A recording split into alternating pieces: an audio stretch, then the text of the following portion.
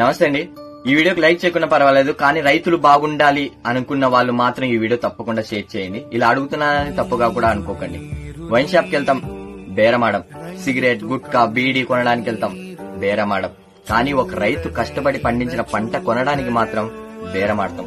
Wine shop కి వెళ్లి Brent and స్ప్రిట్ 3000 రూపాయలు ఫిక్స్డ్ ధర, దాన్ని నోరెత్తకుండా కొనుక్కొని వచ్చి మరీ తాగుతాం. అదే ఒక రైతు పండించిన టమోటా కిలో 10 రూపాయలుంటే 5 రూపాయలకి ఇస్తావా, 2 రూపాయలకి ఇస్తావా, 3 రూపాయలకి ఇస్తావా అని అతి చులకనగా బేరమాడతాం. ఇవి తిన్నా తాగినా చచ్చిపోతాం. వీటికి ఫిక్స్డ్ ధరలు. అన్నం తింటేనే బతుకుతాం, వీటికి ఫిక్స్డ్ ధరలు లేవు. ఇవి అమ్మేటోళ్లు కోటీశ్వర్లు, కానీ అన్నం పండించే ఒక రైతు కూటికి గతి లేని ఒక సామాన్య రైతు. ఇక్కడ ఏంటంటే తప్పు మనదా, ప్రభుత్వందా, రైతులదా? మీ సమాధానం నాకు కావాలి.